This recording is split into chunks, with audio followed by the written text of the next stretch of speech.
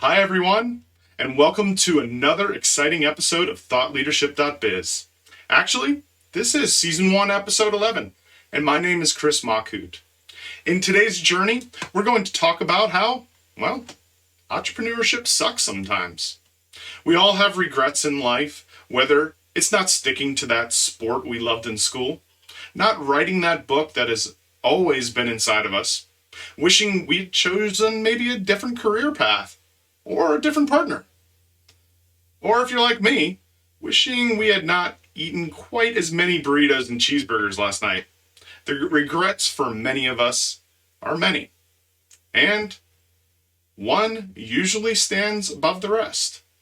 When people of the most superior vintage are asked to look back in their life and say, what is it that they regret the most? They often say, I wish I had accomplished more. Naturally, that means different things to different people, right? After all, we all have our own hopes and dreams. But when people say they wish they'd accomplished more, what they are actually saying is they'd wish that they had been brave enough and even bold enough to actually pursue their dreams with a passion. More often than not, those dreams were of owning their own business, doing what they loved for a living. And that's what we're talking about today. Those bold and brave folks who set sail on the stormy and unpredictable seas of entrepreneurship and ultimately trying to build a business from the ground up. We call them entrepreneurs. After the French word meaning to undertake, we sometimes also call them stupid, insane, or just plain freaking nuts. Because entrepreneurs, it's really not for the faint-hearted. It takes extreme amounts of vision, bravery, self-belief, single-mindedness, skill, and willpower, and occasionally a little luck. Sometimes it works out. Sometimes it sucks, big time. It has the potential to make you a prince or a pauper. And that's the deal. And entrepreneurs know it. But why risk so much on a dream that probably won't come true? After all, not everyone needs to be an entrepreneur, right?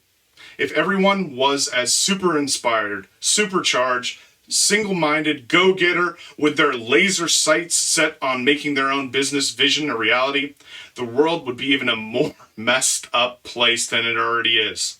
There's no doubt we still need teachers, doctors, postal workers, and all the other gainfully employed people who do those jobs that help keep our countries afloat.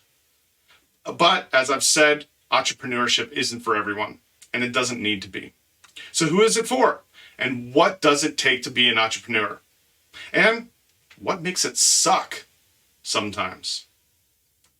Well, Andy Grove, former CEO of Intel, once famously said, only the paranoid survive. And he wasn't wrong. As the saying goes, no one cares about your business as much as you do. So, if you're an entrepreneur, you'd better make sure you care enough that you have a burning passion for whatever it is that you want to do.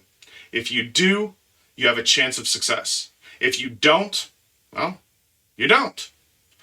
But just having passion isn't enough. It also takes an epic idea.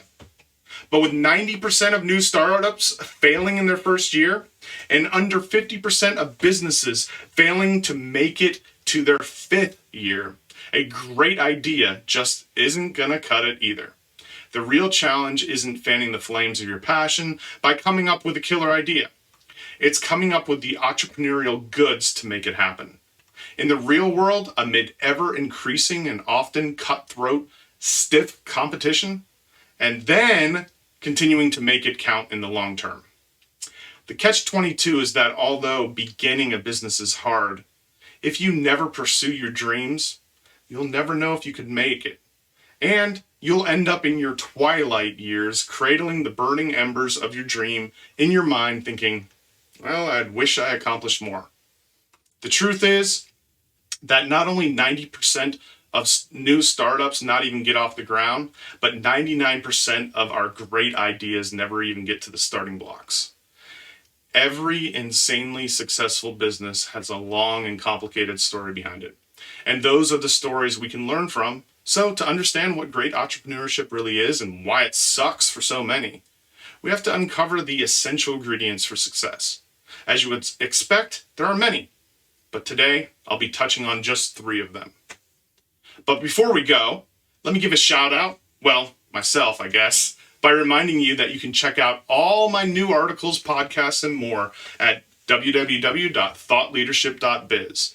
Catch me in person on YouTube, if you can bear it, and listen on Spotify and Anchor FM, as well on Apple and Google Podcasts. If that wasn't enough already, get yourself over to Twitter and LinkedIn where you can subscribe to notifications as well. Number 1, you make things happen. Momentum and progress are the key. Most people can talk a good game, but few can play it and win. And that's why so many fail at the opening stages and then give up.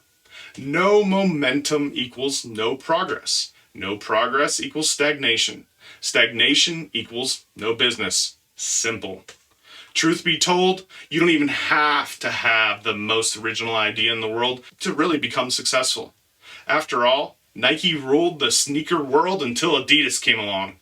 Coke and Pepsi have been dueling at it for years. And Google certainly wasn't the first ever search engine. It was just the best. All you need is a good idea and ability to keep momentum, keep moving forward, and keep making things happen. There are thousands of people all over the world right now that have probably had the same idea as you for a business. But it didn't happen. Why? Because they didn't make it happen. Number 2, you have a burning passion. We're talking red hot, volcanic, nuclear. A burning passion is ultimately what will keep you going when things get rough. And they absolutely will. The most successful entrepreneurs have an insane level of drive, ambition, and stamina. Because they know that when they're trying to achieve and how they're going to achieve it is incredibly hard. They know the stats are against them. Most importantly, they know that the process of building and then maintaining a successful business is more like a marathon than a sprint. And it is a marathon strewn with hurdles and obstacles at every stage. The only thing that gives them the mental and physical energy needed to keep pushing through is really their passion. A burning desire to accomplish their goals, whatever the cost.